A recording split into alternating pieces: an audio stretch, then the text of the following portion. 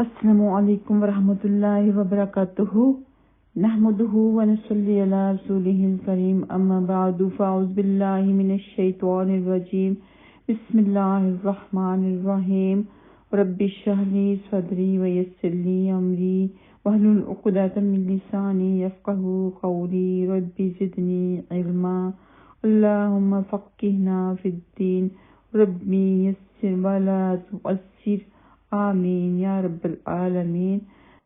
سورۃ البقرہ پارہ نمبر 1 آیت نمبر 55، 56 اور 57۔ سب سے پہلے تلاوت، پھر تفسیر، پھر لفظی ترجمہ انشاءاللہ تعالی۔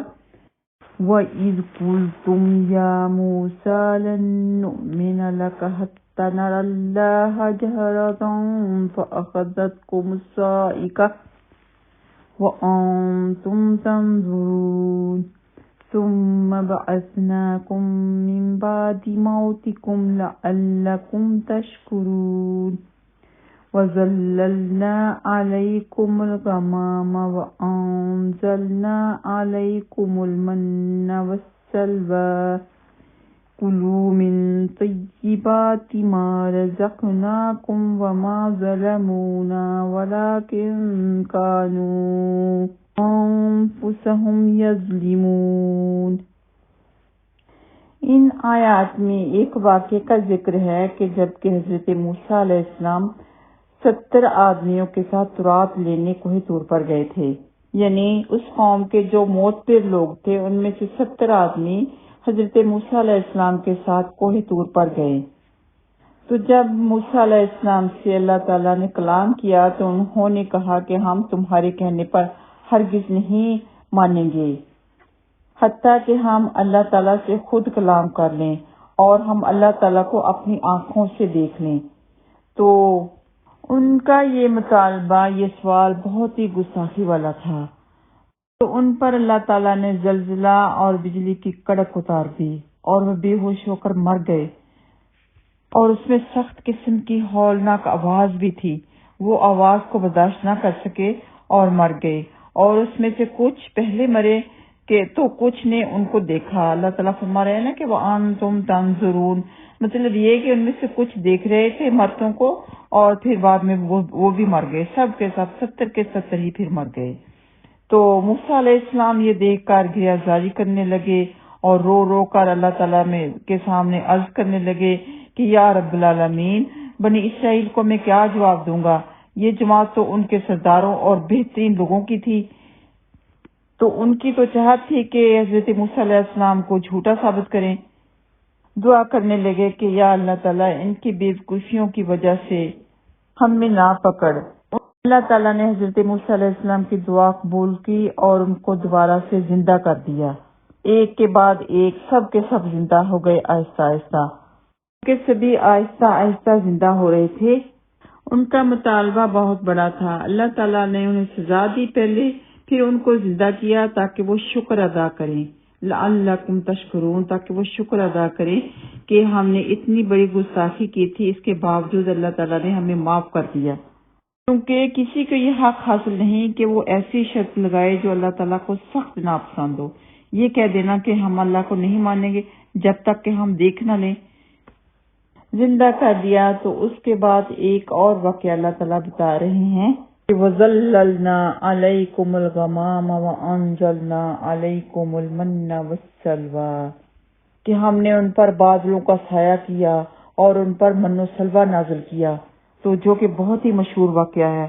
تو کیونکہ بنی اسرائیل حضرت موسیٰ علیہ السلام اور ان کی قوم فرعون سے نجات حاصل کرنے کے لیے صحرا سینا میں آ گئے تھے دریا پار کر کے۔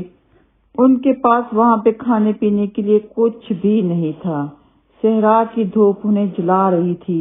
اللہ تعالیٰ نے ان پر خاص قسم کے بادلوں کا سایہ کیا، یہ انعام کیا، اور کھانے کے لیے من و سلوہ کا انتظام کر دیا، یہ بھی ان پر انعام کیا۔ بغیر محنت کے وہ کھاتے پیتے تھے، نہ جانور پالنے کے لیے ان کو محنت کرنی پڑتی اور نہ ہی من کے لیے کوئی محنت کرنی پڑتی۔ تو من سے مراد شبنمی گوند لی گئی ہے جو کہ رات کو درختوں کے پتوں پر جم جاتی تھی، اور وہ کہا جاتا ہے وہ دودھ سے زیادہ سفید اور بہت ہی میٹھی ہوتی تھی۔ اس کا ذائقہ بہت ہی اچھا ہوتا تھا۔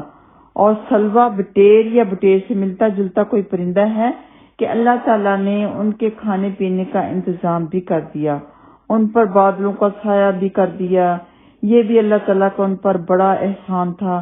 اللہ تعالیٰ نے فرمایا کہ پاکیزہ چیزیں کھاؤ، یعنی گلی سڑی نہ کھاؤ، صاف ستھری کھاؤ تاکہ تمہاری صحت خراب نہ ہو۔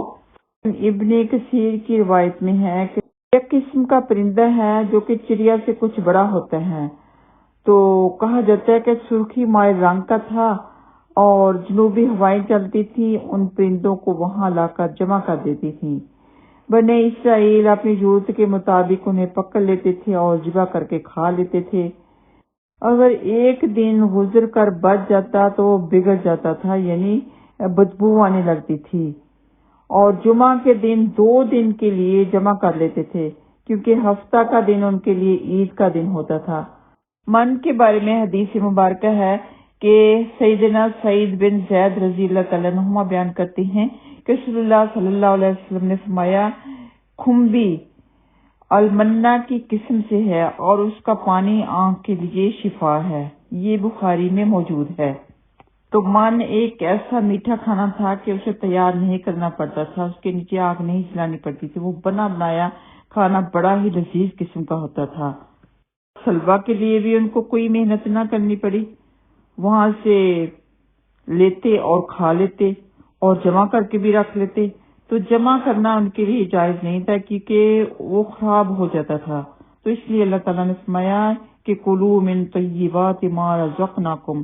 آگے اللہ تعالیٰ فرماتے ہیں وما ظلمونا ولکن کانوا انفسہم یظلمون، کہ ہم نے ان پر ظلم نہیں کیا لیکن وہ خود ہی ظالم تھے۔ یعنی اللہ تعالیٰ نے ان پر اتنا بڑا احسان کیا، ان کو پھر دوبارہ سے زندہ کیا، من اور سلوا اتارا، فرعون سے نجات دلائی، تو انہوں نے اس کے باوجود ناشکری کی، اللہ تعالیٰ کے ناشکرے تھے۔ تو اللہ تعالیٰ فرماتے ہیں کہ ہمارا کچھ نہیں بگاڑ سکے، ہم پر انہوں نے ظلم نہیں کیا، اپنی جانوں کے اوپر ہی کیا۔ جیسے ہی وہ اترتے تو وہ اپنے اکٹھے وہاں سے کر لیتے، یعنی ان کے پیچھے نہیں دوڑنا پڑتا تھا، بغیر محنت کے وہ پکڑ لیتے ان کو، اور نہ ہی انہیں بڑا کرنے کے لیے انہیں کھلانے پلانے کی ضرورت ہوتی، تو پلے پلائے نیچے اتر جاتے۔ تو انہیں یہ بھی حکم تھا کہ اپنی ضرورت کے مطابق لے کے کھا لیا کریں، ان کو جمع نہ کریں، جمع کر کے نہ رکھیں۔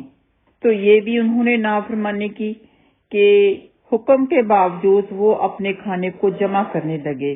گوشت جب جمع کیا جاتا ہے تو دوسرے دن سڑ گل جاتا ہے۔ آج کل تو فریج ہیں، اس ٹائم میں فریج بھی نہیں تھے، گرمی بھی بہت تھی۔ فرمایا تو یہ گیا تھا کہ پاکیزہ رزق کھاؤ، لیکن وہ پھر پاکیزہ نہیں رہتا تھا، گل سڑ جاتا تھا۔ تو سلوا کے بارے میں زیادہ تر روایات بٹیر کی ہی ملتی ہیں کہ بٹیر کی قسم کا جانور ہوتا تھا۔ پانی کا انتظام نہیں تھا تو اللہ تعالیٰ نے یہ بھی بہت بڑا انعام فرمایا کہ حضرت موسیٰ علیہ السلام سے کہا کہ اپنی لاٹھی مارو۔ لاٹھی ماری تو ہر کنبے کے لیے، ہر خاندان کے لیے چشمے جاری ہو گئے، جس کے بارے میں انشاءاللہ تعالیٰ آگے ذکر آئے گا۔ تو آئیے آتے ہیں لفظی ترجمہ کی طرف۔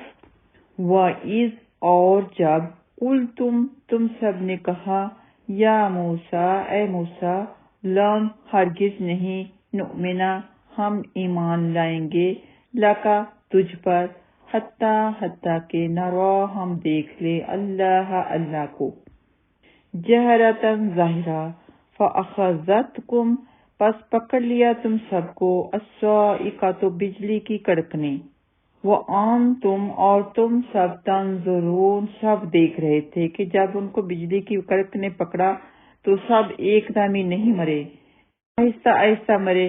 تو جو جیسے کہ میں نے بتایا کہ زندہ مرنے والوں کو دیکھ رہے تھے تاکہ ایک دوسرے کے گواہ بن جائے کہ ایسے بھی ہوا۔ جب اللہ تعالیٰ نے ان کو زندہ کیا تب بھی وہ ایک دوسرے کو دیکھ رہے تھے کہ کس طرح زندہ ہوتے گئے۔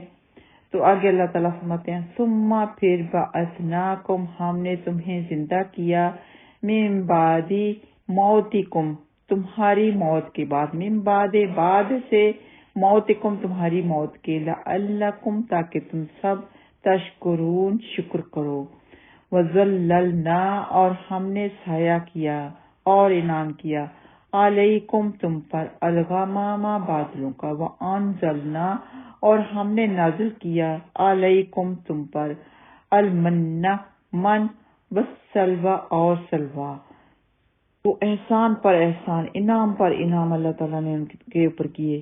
کلو تم سب کھاؤ من طیبات سے پاکیزہ سے، ما جو رزقناکم ہم نے رزق دیا تم کو، وما اور نہیں ظلمونا ان سب نے ظلم کیا نہ ہم پر، ظلمو ان سب نے ظلم کیا نہ ہم پر، ولیکن اور لیکن کانو وہ سب تھے انفسہم اپنے آپ پر ہی یظلمون سب ظلم کرنے والے، نافرمانیاں کر کے، ناشکری کر کے، غلطیاں کر کے انہوں نے اپنے اوپر ہی ظلم کیا۔ تو جو کوئی بھی نافرمانی کرتا ہے، غلطی کرتا ہے، وہ اللہ تعالیٰ کو تو کچھ نہیں بگاڑ سکتا، لیکن اپنے اوپر ظلم کرتا ہے۔ وآخر دعوانا ان الحمد للہ رب العالمین۔